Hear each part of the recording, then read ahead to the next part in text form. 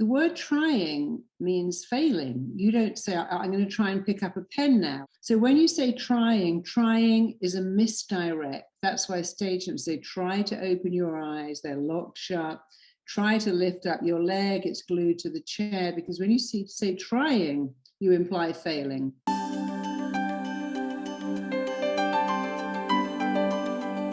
Hello, everybody. A warm welcome to Wisdom from North, the Nordic portal for accelerated inner growth and empowerment. I'm Jannike, and if you're new to my channel, I would love for you to subscribe. You do that below, and if you click the bell, you get notifications of my new videos, and welcome here. Now, today, I am beyond excited to be here with Marisa Peer. Marisa is the founder of Rapid Transformational Therapy. She has written many best-selling books, and she just came out with a new book called Tell Yourself a Better Lie. Use the power of Rapid Transformational Therapy to edit your story and rewrite your life. She has worked nearly 30 years with an extensive list of clients, including Olympic athletes, CEOs, Hollywood actors, and even royalty. And a lot of people call her the very best British therapist. Let's meet Marisa. Hi, Marisa. How are you? And welcome. Well, I'm nearly blushing with the introduction. It was lovely, but I'm very good, thank you. And thanks for inviting me. It's lovely to be here. And congrats with your new book. I'm excited to delve into it and read it. I know it just came out, and I would like to speak about the power of the mind today. And when I did research for this interview, I was thinking about the mind. And I had a philosophical question that popped up that I was wondering about. And I don't know if you're able to answer it or if there is any answer, but the mind, what is it really? Is the mind really neutral, or does it sort of have a source on its own that it can influence on its own? Or is it actually, does it have a negative bias? Because some people are saying that the mind has a negative bias. So I'm curious, like, what is the mind? I don't think it's neutral. I don't think it's neutral at all. I think the best way to think of it is your mind is like a genie. If this was the genie, your wish is its command. So your mind listens to every word you say. It's always picking up your thoughts, and then it must act upon them. So if you say something like, I'm so scared of giving a speech, I'm going to die on stage, it's killing me, planning this talk, I wish I'd never done it, I'd rather die than get on stage and give this talk. What you've told your mind very clearly is, I do not want to do that. And in fact, I would do anything to get out of it. So come the day of the speech, you may wake up with chronic diarrhea, a terrible migraine, the worst cold you've ever had, because your mind listens to your thoughts. It doesn't have a bias then, you know. If your mind had a job, here it is. It's your mind's got one job, and that job is to keep you alive on the planet. That's its job. And in order to keep you alive, it has to work out what is hurting you, what's helping you. When you say things like, if one more guy goes to me, I'll kill myself. It'll be the end of the world if this relationship didn't work out. If I look at a cake, I gained 2 pounds. When we say these throwaway words, but for the mind, they're real, because the mind can't differentiate what's real and not real. That's why if you think about food, your tummy rumbles. If you think of something embarrassing, you go bright red. If you think of something sad, your eyes will fill up with tears, even though it's not real. So the mind's job is to keep you alive on the planet. It does it by eavesdropping 24 hours a day on your thoughts. And then it works to make your thoughts real. You know, if we only understood that the mind takes every word as a blueprint and acts upon it, we'd work much harder at thinking better thoughts. So it isn't really neutral, but then again, it could be. But its bias is simply to keep you alive, doing whatever it takes. So you know how when you eat something that makes you violently sick, maybe you've eaten oysters, or maybe you've had too much whiskey and you've been, and in that moment when it's all coming, I think, well, I'll never eat whiskey, I'll never drink whiskey again, I will never eat shellfish again for the rest of my life. And you forget, but the mind never forgets. And 20 years later, somebody was that shellfish, go, oh no, I can't even look at that. Oh, it's making my stomach turn. Or you smell whiskey and go, no, I can't even stand the smell of that, because the mind remembers what hurt you. and does its utmost to move you away from it. And that's the problem. We spend our life moving away from stuff that hurt us when we were 4, when we were 7. We spend our life moving away from the fear of being judged or criticized, because the mind's bias is to keep you alive and to constantly remember what hurt you, even though it may not have hurt you for the last 45 years. And is this then in our subconscious? Is most of this in the subconscious that comes from when we are very young? Because I assume, like, when we are babies, we come in like sort of white canvases that don't have any impressions, and then we sort of fill up this cup with a lot of things, and that is what is like sticking back here. Sure. So we have a subconscious mind and we have a conscious mind. Some people call it the conscious and the unconscious. So the conscious is the thinking. I think I'll have chicken for lunch. I think I'll go for a walk. I think I'll read that nice book. I think I'll call a friend. It's the thinking mind. The unconscious mind is, if you call that friend, they might reject you. If you go for that walk, you might get mugged because it's really late. If you eat that chicken, you might get fat. So the unconscious mind, conscious mind thinks thoughts, but the unconscious mind works out what those thoughts mean. You know, for instance, if you said, I'm going to go for a lovely walk at 2 o'clock in the afternoon, you go, how nice. If you say, I'm going to go for a walk at 2 in the morning, it's very dark, in a dangerous place, your subconscious mind starts to make you feel anxious. That, oh, I don't really like this. It starts to make you look over your shoulder and think, I think I'm going to run home. I just don't feel safe. You know, if you were lying on the sofa at 2 o'clock in the afternoon and your doorbell rang, you go, oh, who's that? But if it's 2 in the morning, you go, that must be bad news. Unless you're a crazy party, you go, who's ringing my doorbell at 2 a.m.? So the conscious thinks logical thoughts because it's a logical mind. But the subconscious is the feeling mind. And here's the law that you can never get past. The feeling mind will always win. In a battle between logic and emotion, emotion always wins. So the problem with conventional therapy is we're trying to make these conscious changes. I'm scared of mice, so let me draw a picture of a mouse and look at a mouse and hold a toy mouse. But the feeling mind is already going to win, and logic doesn't work with when you're dealing with a feeling mind. You have to go back to the feeling mind. That's what RTT does. It goes back to the feeling mind. The unconscious mind works out what happens. I'll give you a very great example. I worked with a guy who was 6'4", very strong, but he said, I'm so terrified of birds. I think I would have a heart attack if I went to a table outside and a bird landed on it, and so it's ruining my life. I can't go out in the summer. I can't go to outside cafes because I have this paralyzing fear of birds. And it's not logical, but I'm terrified of birds. But then he remembered being a small child, and he was climbing in a shed, and he found a box and he opened it, and this decomposed bird fell all over him. Bits of it went in his mouth. He started screaming. His father got very cross because he was going through his boxes and said, you shouldn't do that. So 2 things happened. He was terrified of the bird, the dead bird, and his father got very angry with him.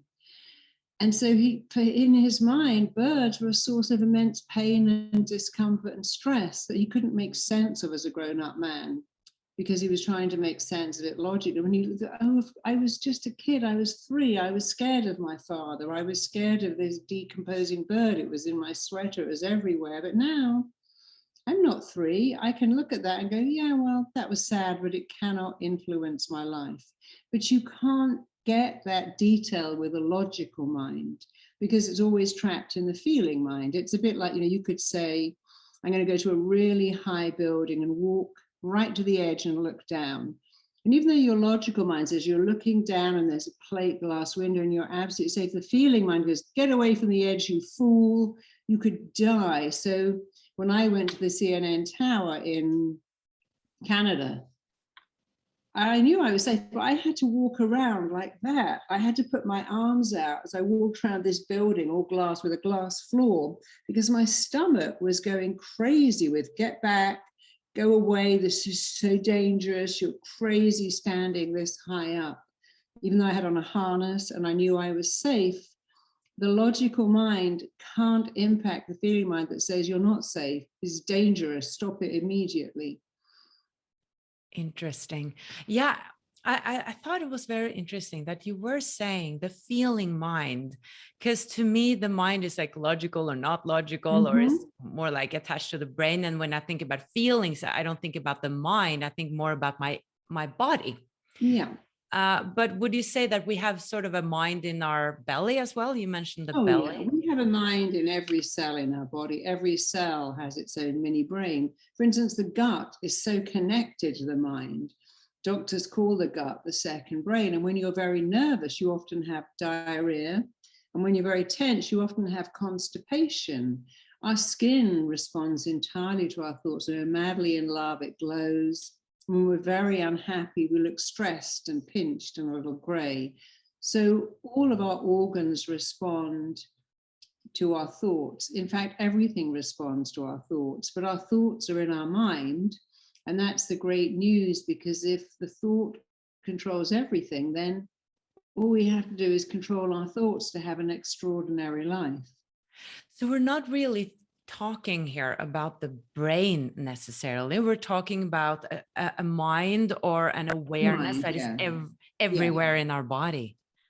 sure. Interesting. We're talking about thinking, people get very confused. They believe that feelings come first, beliefs come first. No, thoughts come in front of everything.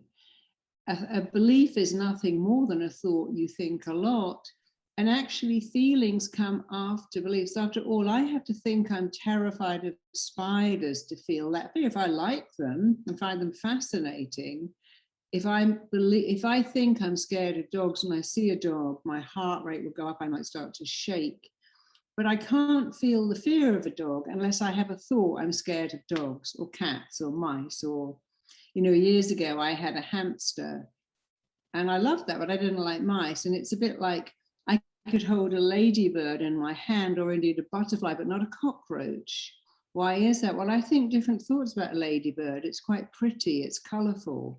A butterfly is very different to a moth. So it's always the thought.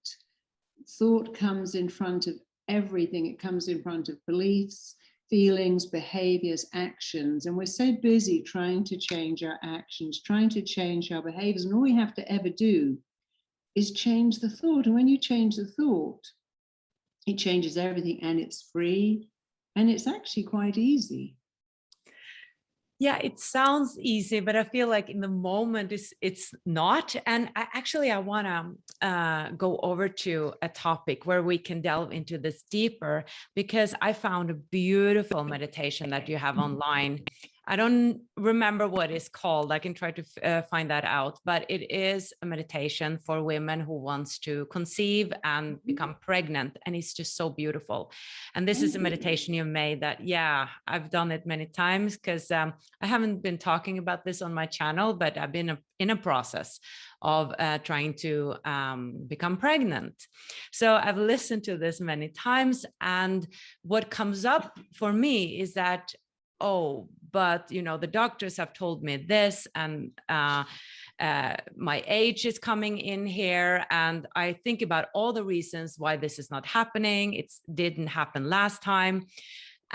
So how can, okay, let's take this example. How can we as women really use this, your technique, to really believe that I can influence even my own ability to become pregnant just by changing my thoughts, when we deep down inside perhaps are really afraid that is not going to happen, or what's going to happen if we become pregnant, and Yeah, well, all these. you said two things immediately. You said, I'm trying to become pregnant. Now, I called my book Trying to Get Pregnant and Succeeding, but I hate the word trying, because trying implies failure. I had to call it that because that's what women search for the most when they want to have a baby.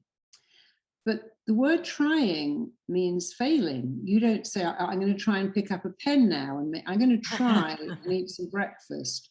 So when you say trying is a misdirect. That's why stage names say, try to open your eyes, they're locked shut. Try to lift up your leg, it's glued to the chair. Because when you say trying, you imply failing. So straight away, you must not use that word anymore. And even pregnant, you see, many people say, I just want to be pregnant. I say, I've been pregnant 5 times. oh, is that really what you want? Surely you want to have a perfect, healthy baby. Yes. So we're not going to talk about trying to be pregnant. We're going to say you are making a baby. You are conceiving, carrying, delivering, and raising a perfect child, because the mind gets very confused with words that don't make sense. Here's what I need to fall asleep. You know, one of our greatest fears is of falling. And when you get into bed, it's like, I've got to go to sleep now. Where are you going? There's nowhere to go. You've become stationary. So often we misdirect our minds. We have no idea we're doing it. But trying to get pregnant is misdirecting your mind. And here's what to say instead. My body is super fertile. I have grade A premium eggs. My partner's sperm is grade A premium sperm. He's got masses of it. It's straight, swims fast, got perfect tails, and the perfect sperm and the perfect egg meet. And I'm making a perfect baby. I'm a mother to be. I'm expecting a baby. After all, you're expecting a tax bill. We're all expecting spring to come quite soon, and then summer, even though it's not yet here. You are expecting a baby. You're making a baby. You have a perfect body, perfect eggs, perfect sperm, and you're making a perfect baby. Because when you say that to the genie, I'm trying to get pregnant, the genie is like, what does that even mean? But oh, you're making a perfect baby. You have all the ingredients. Your womb's great. Your fallopian tubes are full of grade A eggs. Sorry, not your fallopian tubes are clear. You don't want that to be, and your ovaries are full of grade A eggs. And your body knows how to make a baby. Your body's designed to make a baby. I don't know how old you are, but I do know that the cutoff age for falling pregnant, and there's a word again, falling pregnant, which is a silly word, is actually 52. If you go to have an x-ray, you'll find it says on the piece of paper, please make sure if this client's in the age of 12 and 52, they're not pregnant. So when you're told, or fertility falls off a cliff, when you're 35, you know, women have had babies in their 40s forever. Pioneer women going across America on a wagon train. Women in Ireland that were having 15 or 18 babies with really no sanitation. And so we're all told, you're too old to have a baby. But the womb doesn't age, amazingly, which is why you could carry an embryo in your 60s if you wanted to. But you have to not let those, I was told I could never have children, never get pregnant. And if I did, I could never carry a baby to full term. And even if I did that, the baby would have everything wrong with it. And when I got pregnant, I talked to my baby. I knew she would be perfect. She was. And after I had her, I really thought, you know, I should write a book for other women who listen to this nonsense. For instance, let's imagine as a doctor, they go, well, your husband's only got 50 million sperm. You know, you need 500 million. I mean, you're not going to be able to have a baby, hasn't got enough sperm. But when you're at school, they say you mustn't do any heavy petting, because even without penetration, one little sperm can leak out, swim up your vagina, and make you pregnant. It's like, well, I'm really confused. One sperm can make me pregnant, but 50 million can't. So we just have to take in all the medical information and go, that doesn't apply to me. I've got a perfect womb, perfect eggs, and I'm making a perfect baby.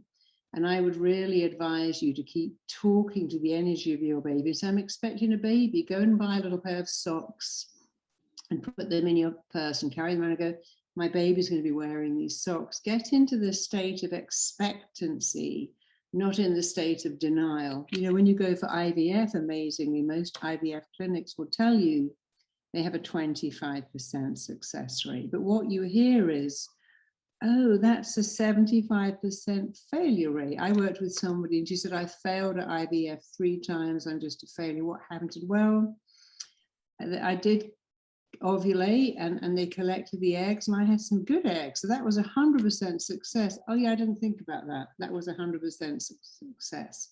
Do the eggs fertilize? Yes. Oh, so another 100% success. Yes, 4 of the eggs fertilized and they went to blastocyst.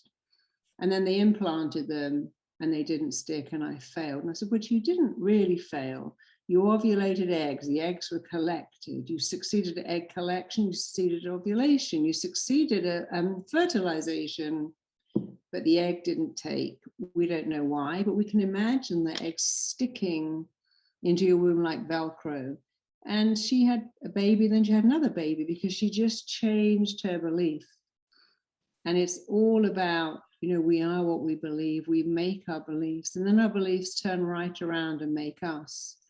And it's very easy to go, well, I can't get pregnant because I'm stressed. I can't get pregnant because I'm overweight or underweight. And yet heroin addicts get pregnant. People in concentration camps got pregnant. People in war zones get pregnant and have babies. I read about someone who got pregnant and gave birth in Auschwitz. Wow, I mean, how stressful could that be? And no food either. So we have to think, if that can happen, I can have a baby. And you absolutely can. Yeah, thank you for that. I remember you said that in the meditation, that women under all kinds of circumstances are becoming pregnant, and that helped me, that thought. Yes. What I experience is happening, because I've been through IVF, is that when you do start the process, I just become go out of my normal skin, and everything becomes so stressful, and I'm thinking about it all the time, and I'm thinking, oh, did I lose it now, or did I do something wrong? So my normal self is just not there, and with the hormones and everything, and all these fear comes up. And I'm curious about, I know your story of hearing that you couldn't be pregnant and that thing would be wrong with it, and even though all this was against you, you became pregnant and had a beautiful child and everything. And I'm curious how you managed to override all these fears and all the subconscious fears that are there, because I'm thinking, if I say to myself and I'm picturing it and I'm visualizing it, that this other thought is still there saying, oh, it's probably going to fail. I'm hearing you saying these things, but it's probably going to fail. So my question is it sort of fake it until you make it, that I just say it again and again? Yeah. Or do I have to believe it? You have to imagine your mind is like a radio with two speakers, and one is going, this isn't going to work, don't get your hopes up. And you want to turn that speaker down and turn the other one up. For me, there's a song called Be My Baby, Won't You Be My Baby? I make you so happy every step we take, or something like that. So I used to sing that song by Phil Spector, Be My Baby. And there's another song called Baby Come to Me. I found lots of songs about babies. And I sang those to my baby in the womb, and I would put my hand on my pregnant tummy and tell her how much I loved her. I was sure it was going to be a her, how much I wanted her, that nobody would love her more than me. And I would imagine all the things we do together. So I was always talking to my baby, because we know that in the womb, the hearing is the most developed sense. There's nothing to see or touch.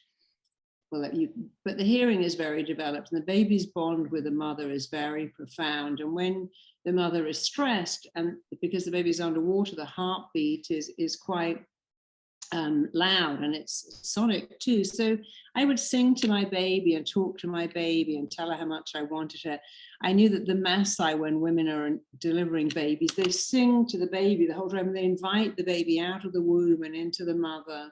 And apparently these babies pick up sound. I've had a few musicians who said, my baby was born. They recognized my voice. And I went to visit a client who I'd been hypnotizing her baby. When I went in, the baby knew my voice immediately, because I'd spoken to her. She had a recording, she played it every day. And the baby was so happy to be in my arms because it knew my voice.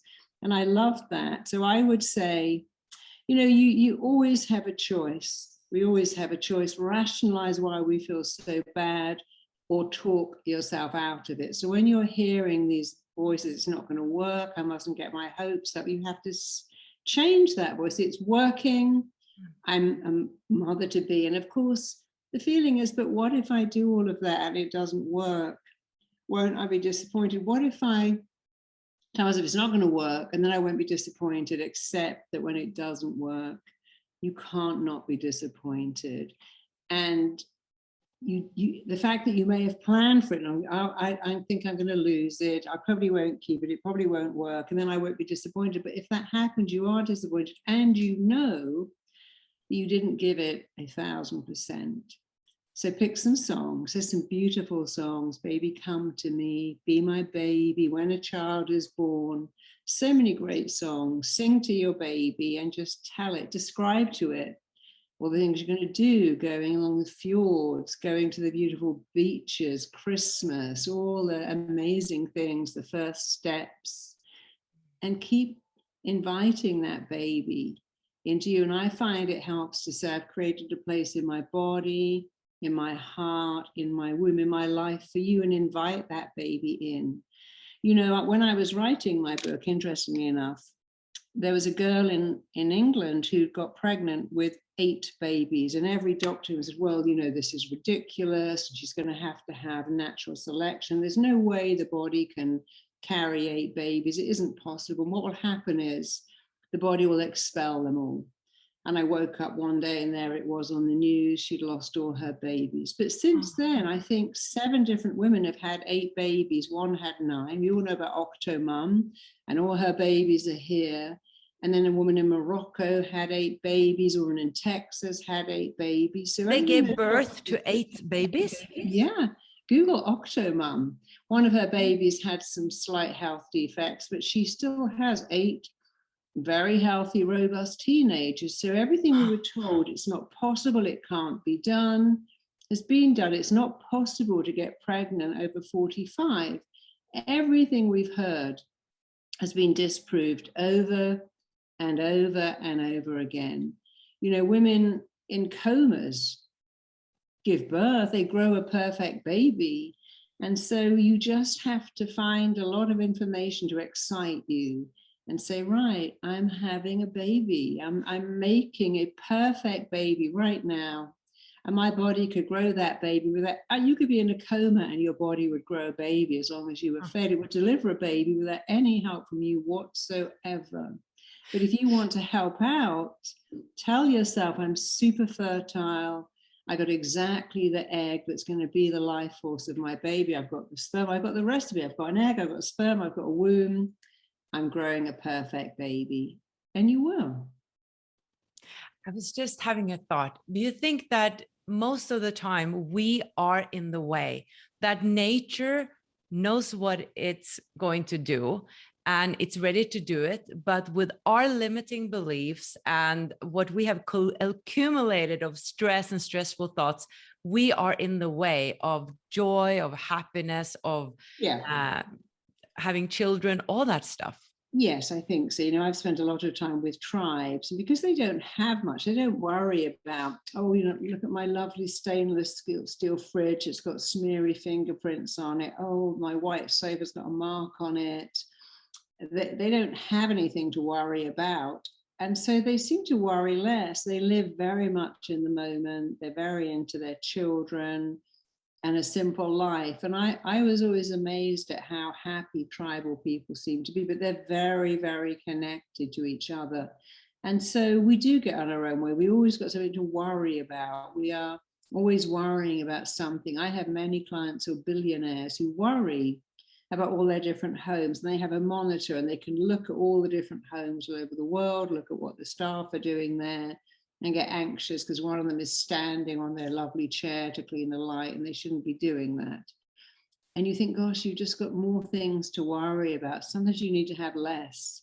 Sometimes we just need to step back and live in the moment, because the moment is all we have. So I think we do get in our own way because we worry about things, and worry is a way of focusing on what you don't want to happen until you feel as if it's happened. If you worry throughout a flight about the plane crashing, you have a horrible flight, because what you focus on, you get more of.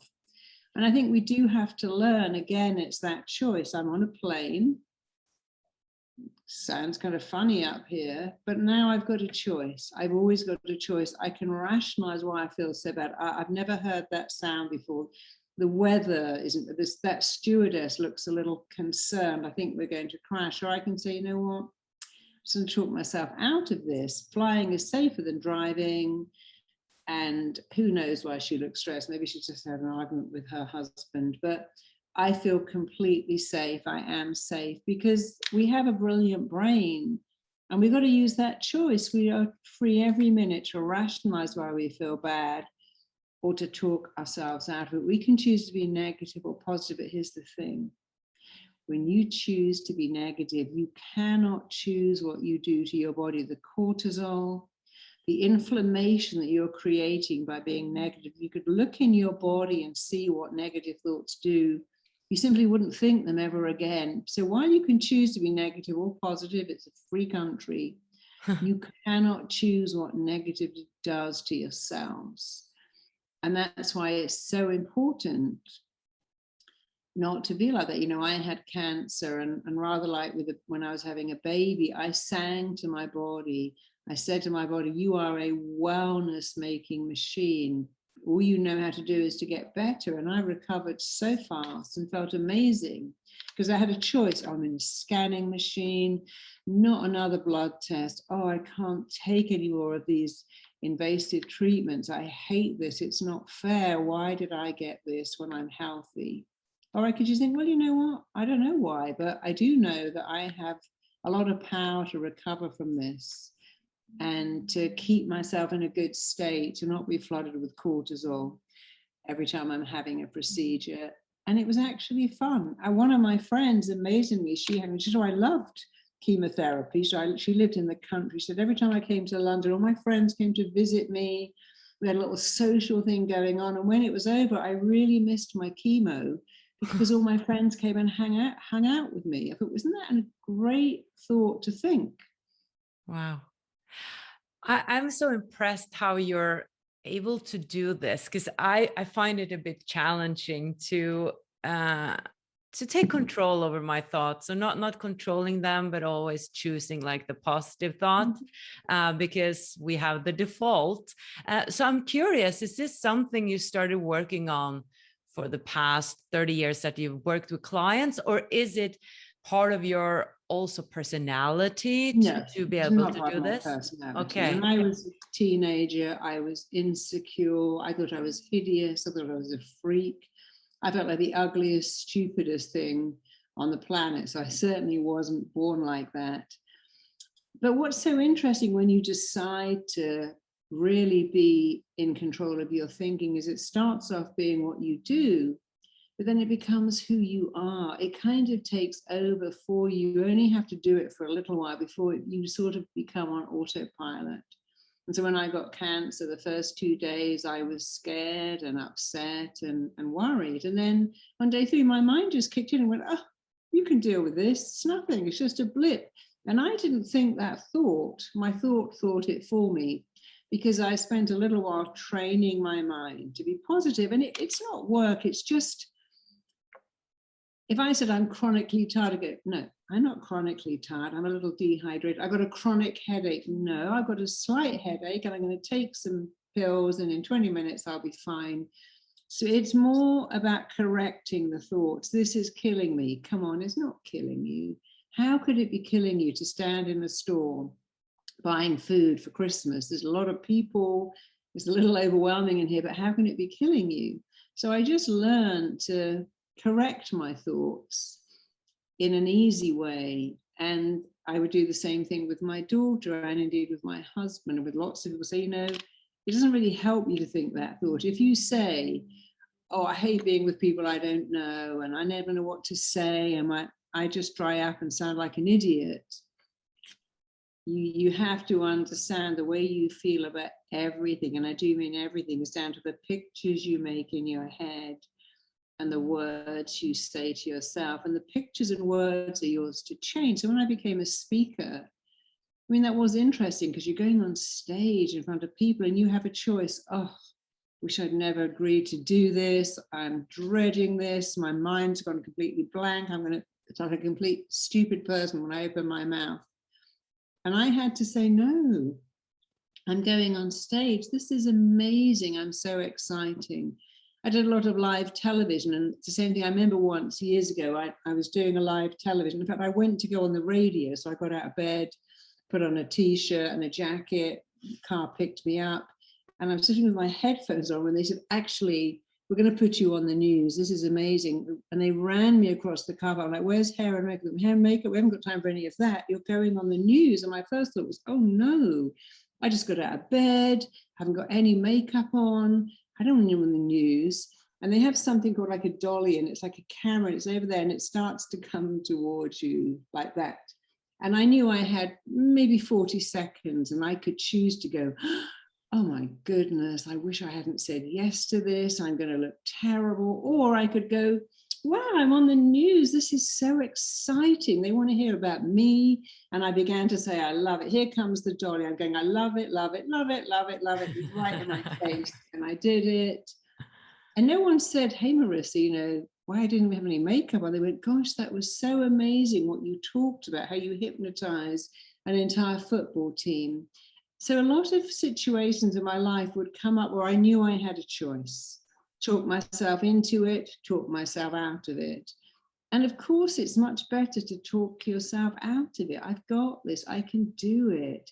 And I still to this day do that.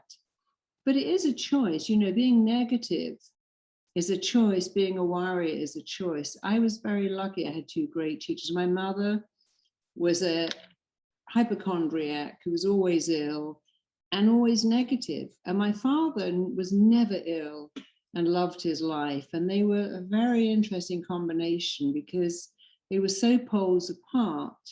But I saw my father never ill, loved his life. And even when they died, my father died saying, I've had a wonderful life and I'm so happy. And my mother, it wasn't quite the same. So I had two very good teachers that showed me the choice. And my mother chose to be negative. And my father chose to be positive, and he was much happier in every way. He just never complained about anything, which was amazing.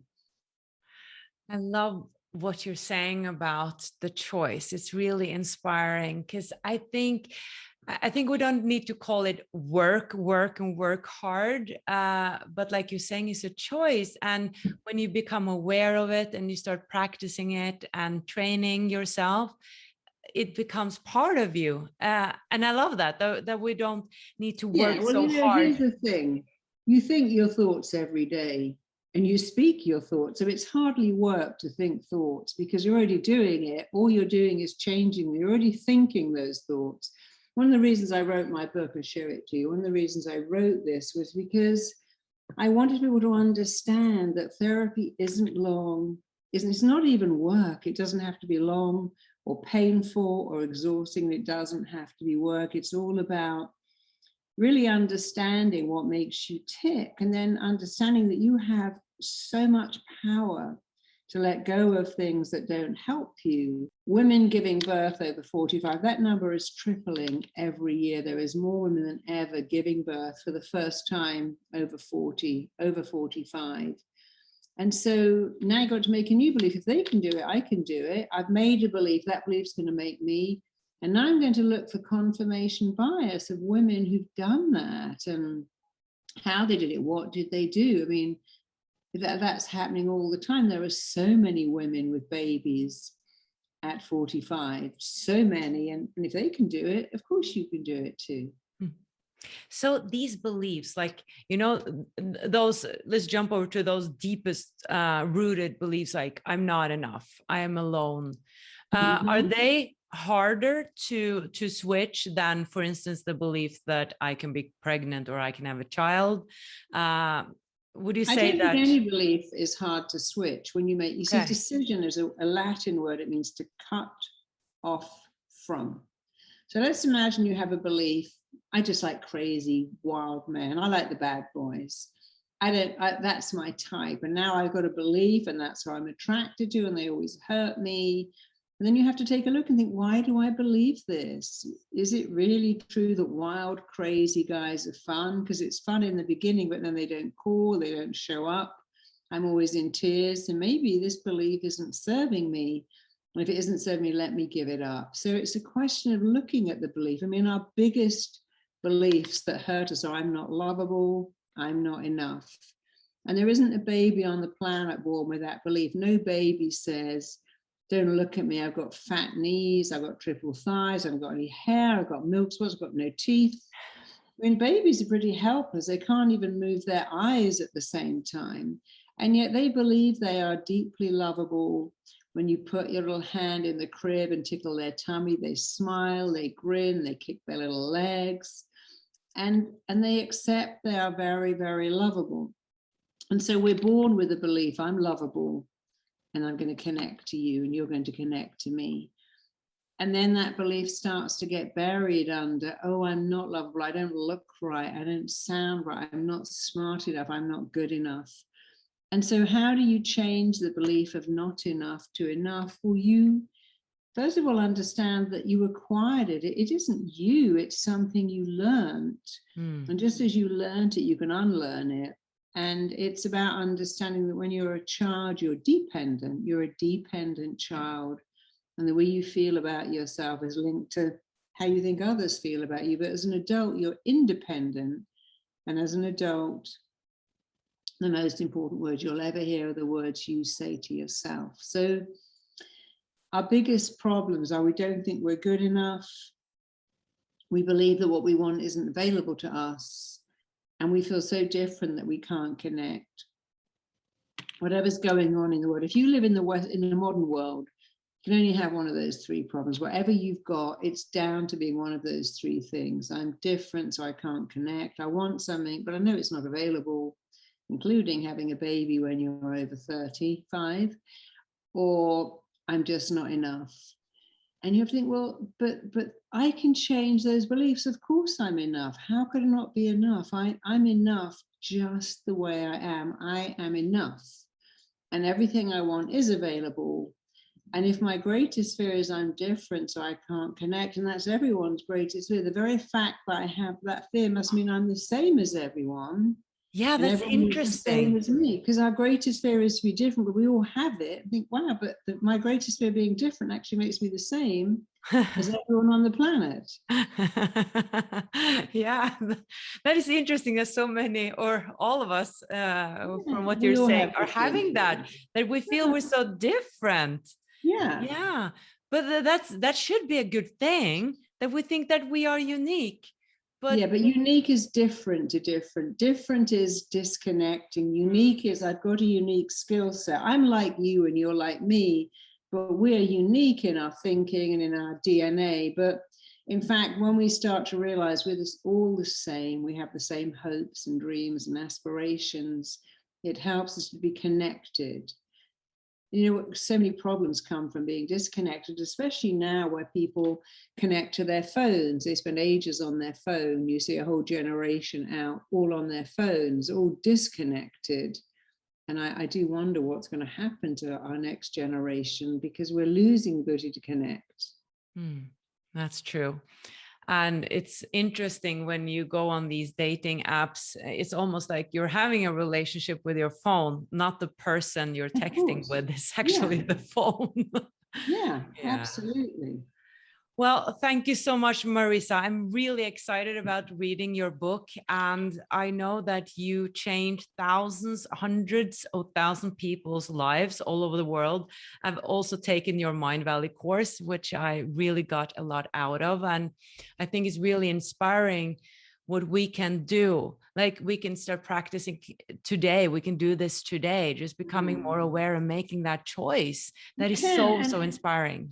And one of the things I put in this book was something called installing the cheerleader, because many of us have a critic. They have a critic that goes, you can't do that, that won't work. But when you can have a cheerleader who, after all, just knows how to shout your name and clap for you, and a cheerleader, even on a bad day, still cheers. So if you want to, and especially for you, know how to stop thinking negatively and wiring thinking positively, just buy this book. It's only $10.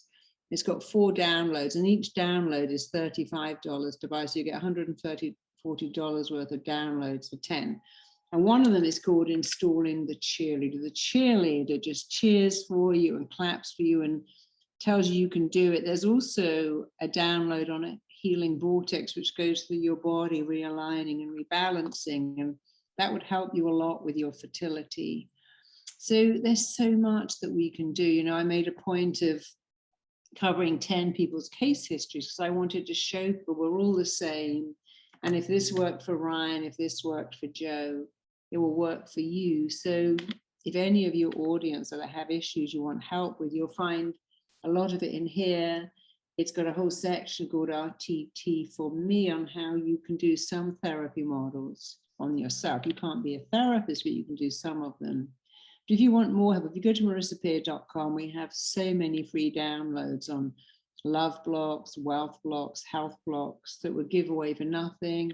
If you go to imenough.com, we have all these little bracelets that will give you. And if you go to marisapeer.com if you want some free stuff, go to rtt.com if you want to know how to train with me, or indeed find someone who trained with me to help you. So rtt.com is how to learn how to do what I do, or find someone who has. marisapeer.com is for free stuff. And imenough.com just shows you how to get out of I'm not enough and make I am enough your life. Beautiful. And I'll put the link down below, and also Thank the you. link to that beautiful meditation, because I assume there are many women out there who would love to listen to that meditation if they want to have a child and need You some see how you're support now and saying have a inspiration. child instead of get pregnant. So you've I already know. reminded that in. I know. Thank you for reminding me and pointing that out. Thank you so much, Marisa, and all the best with your wonderful work. Well, thank you too. And let me know when you have your perfect baby. I will. And thank you for watching, everybody. Much light from California and Norway. Bye-bye.